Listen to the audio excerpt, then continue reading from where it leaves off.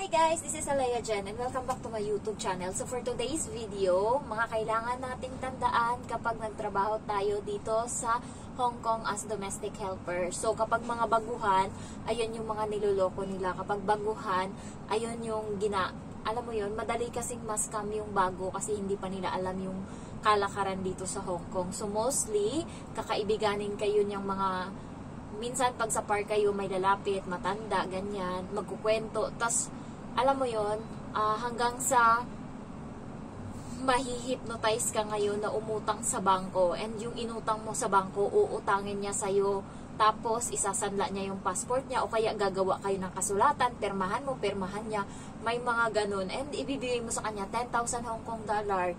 Ayan, so naluloko sila guys. Mga baguhan talaga yung target ng mga yan kasi yun yung mga wala pang utang. Mga 3 months, 4 months na mga helper dito sa Hong Kong, yun yung may mga Hong Kong ID na, and then wala pang utang sa bangko, ayun yung mga nilalapitan nila, lalo pag alam nila na medyo yung keme pa, ayun yung nilalapitan nila. So ingat kayo sa mga ganung tao, especially kapag nasa tram kayo. Hindi pa ako nakasakay ng tram, yun daw yung maliit na parang bus, ayan. So marami din yan doon, mga Pilipina. Minsan kakausapin kayo and then gagawin kayong reference. Ang malala pa kapag ginawa kayong utang kayo tapos sila yung kukuha ng pera o kaya hati kayo, ganyan.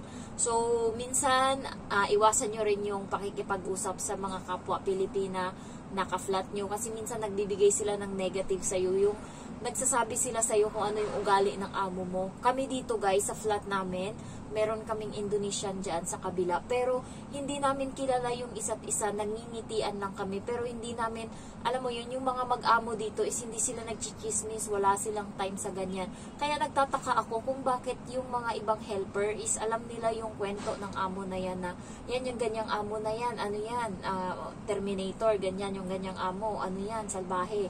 So, hindi ko lang alam kung bakit nila yan nasasabi. Minsan sinisiraan nila. Next is, ingat kayo kapag nasa labas kayo kasi may mga Chinese na mga marites. Meron yan silang group sa Facebook. Hindi ako makapasok-pasok. Pero yung group page nila is Chinese yung pangalan. Kasi nga, nalaman nila na marami ng mga Pilipina na nakapasok doon and mata. So, binago na nila and binlock na nila yung iba. At kapag nakita ka nilang nag-comment dyan na against sa kanila and Pilipino ka, or Pilipino lang naman yung mahilig mag-Facebook, ayun, so binablock nila yan. Ayan, so tinatanggal nila dyan. Ingat kayo pag nasa labas kayo and halimbawa napakasalbahe ng bata and may time na gusto mong saktan kasi nga nasa labas naman, walang CCTV, walang makakakita.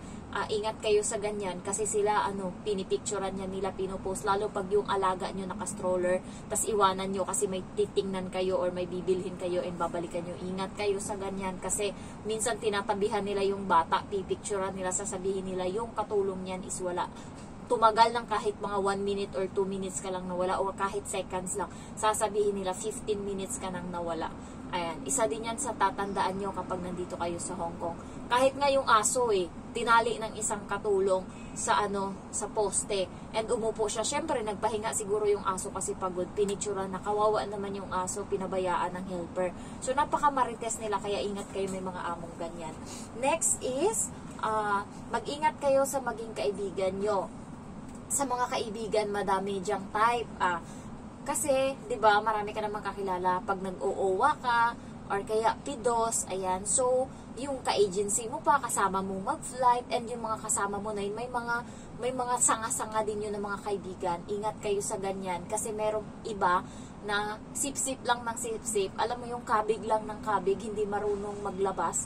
May mga ganun kasing ugali ng tao, 'di ba? Yung masaya sila na nakakalamang sila or nakakakuha sila dun sa tao, pero hindi sila nagbibigay. Yung parang ako guys, iba ako. Mas gusto ko pang ako yung nagbibigay kaysa ako bigyan. Kaya alam niyo na mga kaibigan ko, hindi ako yung manghingi kasi parang pag ako binigyan, napakalaking na yun sa akin, napakalaking utang na loob ko na yun. Ganun ako. May mga ganong tao, ganong ugali. So hindi talaga ako nagpapalibre kahit masaya ako kapag binigyan mo ako, pero gagawa din ako ng paraan para mabalikan kita or kahit masuklian ko kahit anong bagay yung binigay mo sa akin. So ganun yung nangyayari. Mas mga ganun yung kaibigan ko. Kasi guys, madalas kaming mag-hiking, tas ngayon kakauwi ko lang, nag-swimming kami. So, nagpaplano na kami bigayan na ako, kasi nga, on the spot yung swimming namin, beach namin, wala siya sa plano. Kahapon lang ng alas 2 na ano yung plano namin, Friday and Saturday yung day off namin. So, yung mga iba, hindi nakalabas, kasi nga, wala sa plano. So, ako na may bigas dito, bumili ako ng bigas nung nakaraang day off ko, hindi ako lumabas. So, nagsaing ako, kumain ako dito sa loob ng bahay ni Amo. Hindi ako lumabas. So, nakatipid ako noon. And so, yung 1 kilong bigas ko, 1 cup lang naman yung saing ko noon. So, marami pang tira. Lahat yung sinaing ko. And then, lumabas ako kahapon kasi nga pumunta kami sa bahay ng matatanda. Bumili akong ampalaya. And then, ayun, inano namin kanina. Tapos yung kasama ko is may tuyo. So, nagprito siyang tuyo. And then, yung isa, nagdala ng prutas. Ambagan kami. Yung isa, nagdala ng prutas tsaka Coke. Ayan. Yung isa, itlog tsaka kanin. Kaya marami kaming kanin kanina. So, hindi kami yung naglalamangan. And then, bigayan kami. At least lahat is pantay-pantay or lahat, nabusog, lahat. Hindi. Kasi mas tipid yung ganun, nakakatipid. Hindi kami bumibili ng pagkain. Magkano yung pagkain pag sa labas? Kapag busog na busog ka, 50, diba? So, 50 namin kanina, marami na kaming nakain. May mangga, orange, and then may Coke kami. Ayan, so ambagan kami. Ganun yung hanapin yung mga kaibigan, hindi yung kabig ng kabig, yung masaya kapag nakakalamang. May mga ganung tao, yung kapag alam na sahod mo or kapag alam na may pera ka, uy, baka naman libre mo kung ganyan, or alam mo yon, yung walang pakiramdam, sama ng sama, tapos hindi umaambag, ganyan. May mga ganung kaibigan. Iwasan nyo yung ganyan kasi abusado yan. Pare-pareho lang naman kayong sumasahod and pare-pareho kayong may pinagpadalhan. So, ingat sa maging kaibigan. Dapat kung lalabas kayo, kung KKB, KKB. May iba kasi na kapag pumupunta ng bar, and then, siya lang yung inaya mo. Halimbawa, ikaw, kaming dalawa ng kaibigan ko. Inaya ko siya ngayong mag-bar. Libre ko kasi dalawa kami, makakaubos kaming 1 bucket.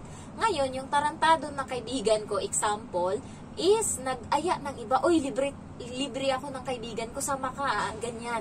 So, marami yung sasama, nagulat, katabi namin yun, nagulat siya lang yung nagbayad, tapos ang dami nila. So, ganun guys, ingat kayo sa ganung kaibigan, okay? And then next is, yung mga batas dito sa Hong Kong, dapat alam nyo, tandaan nyo dapat, bawal kumain sa bus, bawal tumawid kapag naka-red, especially kapag nasa central ka, yung mga city na lugar, yung mga bundok-bundok, okay lang yun. Pero yung sa, dito, batas ng Hong Kong is napaka-stricto ng mga pulis. Yung mga pulis dito, ang yayami pa nila. Hindi katulad sa pulis sa Pilipinas, ang tataba na, ang lalaki ng tiyan kasi walang ginawa kundi mangkurakot sa mga motorista kung ano-ano nang pinagagawa nila. Dito sa Hong Kong walang ganun. Kapag batas-batas talaga sinusunod nila yan. Pa yan sila, nagro-ronda talaga yan sila. Tapos kawawa talaga yung mga Pilipino sa Hong Kong na nagtitinda ng illegal.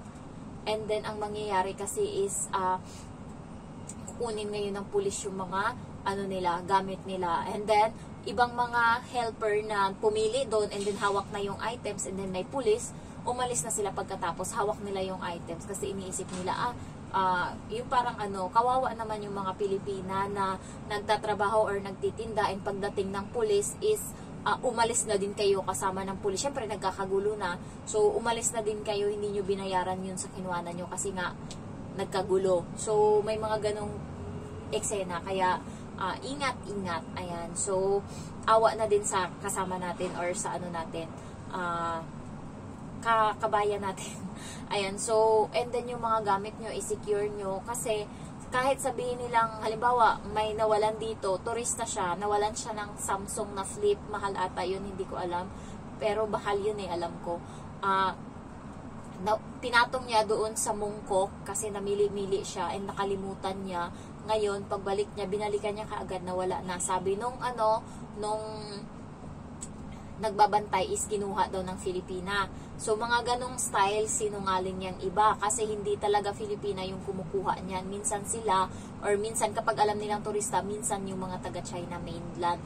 Kaya ang gawin nyo kapag may nangyaring ganyan is tumawag kayo ng pulis or basta kayo ng pulis and then puntahan yung store kung saan nawala yung cellphone.